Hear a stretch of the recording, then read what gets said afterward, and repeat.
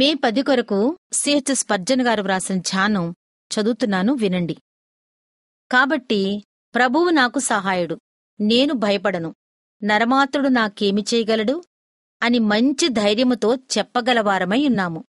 హెబ్రీలకు రాసిన పత్రిక 13వ అధ్యాయం 6వ వచనం.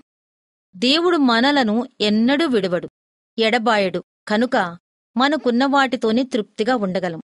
ప్రభువు మనవాడు కాబట్టి ఆయనలో మనకొక మంచి స్నేహితుడు ఉన్నాడు. ఆయనలోనే మన ధననిధులు ఉన్నాయి. ఆయనే మన నివాస స్థలం కూడా.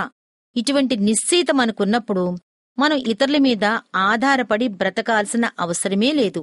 ఈ ఉన్నతమైన ఆధారం మనకుండగా మన చుట్టుపక్కల వారి గుమ్మాలలోకి వెళ్లి ఏడుస్తూ మన బాధలు చెప్పుకోవలసిన అవసరమే లేదు. మన జీవితాలు మనవిగా జీవించటానికి వారి అనుమతి తీసుకోవాల్సిన అగత్యమే లేదు. కాబట్టి మనం చెప్పదలుచుకున్నది ధైర్యంగా చెబుదాం. మనకు వ్యతిరేకంగా ఉన్న వాటిని ఎదిరిద్దాం. దేవునికి భయపడేవాడు ఎవరికీ దేనికి ఇక భయపడనవసరం లేదు.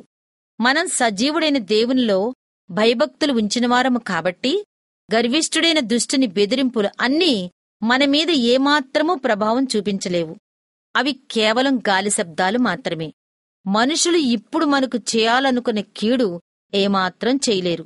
ఎందుకంటే నరమాత్రుడైనవాడు నాకేమి చేయగలడు అన్న అపోస్తలుని మాట మనకు ఆధారంగా ఉంది. పూర్వకాలంలో క్రీస్తు విశ్వాసులను పెద్ద పెద్ద బోనుల్లో బంధించేవారు. ఒక రాటగా కట్టేసి కాల్చేసేవారు. ఆ కాలం వెళ్లిపోయింది. బలిష్ఠుడైన పోపు ఇప్పుడు యాత్రికులను కాల్చలేడు. అబద్ధపు బోధకుల అనుచరులు మనలను నిందించి అపహాస్యం చేస్తే అదేమీ వింతైన విషయం కాదు. కారణం, ఈ లోక సంబంధులు పరలోక సంబంధులను ప్రేమించలేరు. అలా అయితే ఈ లోకస్తుల అపహాస్యాలను మనం భరించాలి. అలా భరించటం వల్ల మన ఎముకలేమీ విరిగిపోవు కదా. ప్రభువు మనకు సహాయకుడు కాబట్టి మనం ధైర్యంగా ఉందాం. లోకం మన మీదికి క్రోధంతో లేస్తే లేవనియ్యండి, మనం మాత్రం భయపడవద్దు.